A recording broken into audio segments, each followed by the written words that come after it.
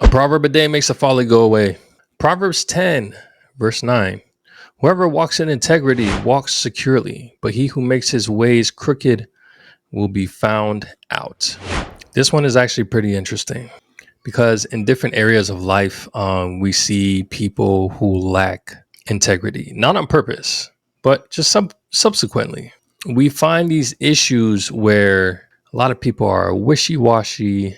Their yes aren't yeses and their no's aren't always no's. And there's a verse about that as well. But people who live in a sinful nature, who just allows things to happen, allow for whatever they feel to happen without putting much thought into it, the folly, they lack integrity. Now, when we're talking about integrity, what do we mean? Integrity in a nutshell is being honest and consistent in character, especially when nobody is watching you. You always stick with your values no matter what. This is kind of what we mean by integrity. People that tend to not change. Not to say that change is bad, but it depends on how you change. If I went my life, going about my life a specific direction, and then I noticed that there was a flaw in what it is that I was doing, and I changed for the better, that's a shift in integrity, yes. But it's in process for growth. I think this type of change is okay. When you're constantly switching back and forth and not being steady with your words at that, you lack integrity. When you never keep your promises, you don't have no integrity. You don't have no honor. You're not consistent with who you are.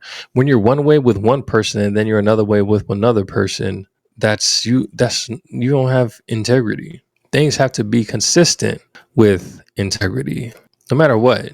And the thing that's very important, I said I wasn't going to talk about it, but I think this is where I'm going to talk about it here.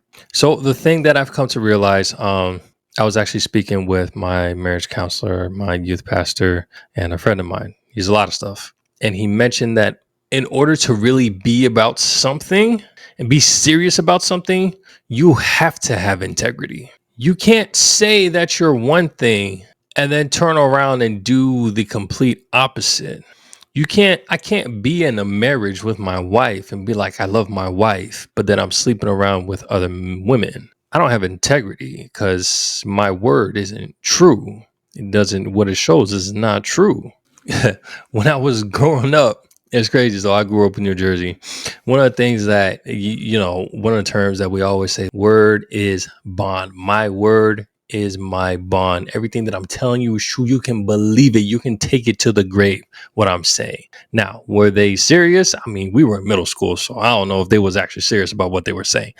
But that phrase would hold weight to a certain degree, depending on who you're talking to. But it's not something that should have been taken lightly. Like when they say, I swear to God, or when they say, I swear on my mama's grave. Now, people take that stuff lightly, and it's like, your word's supposed to be your bond. Imagine if this was an actual deal where it's like, oh, well, you swore on your mother? Okay, well, I guess the Grim Reaper is about to meet her up real soon. Like back then, your word had to be your word.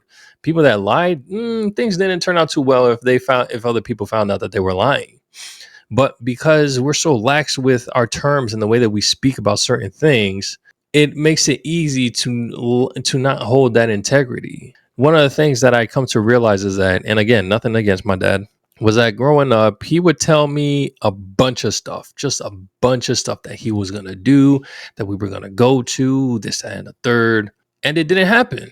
That's lack of integrity. Now, I come to realize that it's a very easy thing to do, to say one thing, but then not follow through with it. It's a very easy thing to do. So what's the best path? Don't say anything. Don't say you're going to do this. Don't say you're going to do that. Don't try to be that person or try to be another person talking about I'm going to be better person and then end up not being a better person. Still go right back to the same thing that you were doing.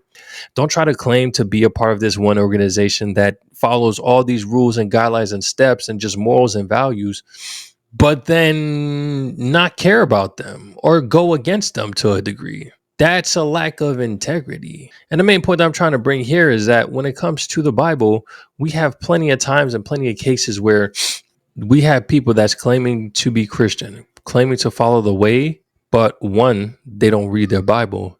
Two, they don't exhibit Christian-like behaviors. And three, They are doing things purposefully, day to day, that go against God's word. Now, again, we are all human and we make mistakes, which is fine. But the thing that a lot of Christians are missing is that you're calling somebody your father, yet you're constantly bringing them hurt, bringing them pain when you sin against them. But you say, "Oh, that's my God, and my God got me," and this, that, and the third. But you don't even truly believe. Because would you believe? How can you believe but then not abide? How can we go about our day to days and just allow certain things to just happen all willy nilly and just let it be normal if it's within our means to make a change and we don't? If we truly are about the word, if we're truly about being followers of Jesus Christ. And that's not 100% to chastise those that claim the faith. It's meant for a reevaluation when you really have to look at yourself and see the things that you're doing, the things that you're taking part of.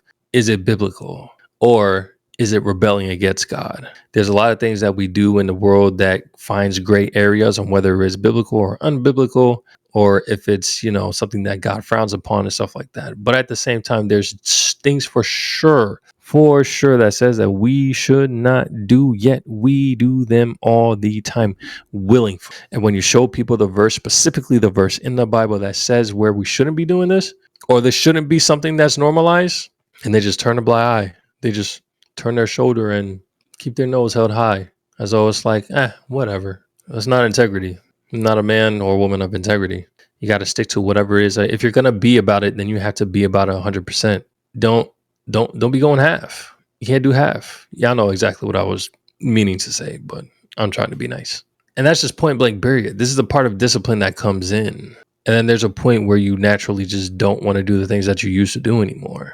When you realize how great God is and you're in real awe of his power and everything that he has available for us and really fall into his will. You tend to not care about a lot of stuff that's going on in this world that is of your control. The things that aren't your control, you just pray that God can get you through it. But the things that are in your control, you tend to not care about things that don't matter anymore. It just happens. You just really have to have that discipline to turn away from them and be wise, count the cost, have understanding, and not just do whatever comes to mind. But don't take my word for it. Go ahead and read the word yourself. I'm going to catch y'all later.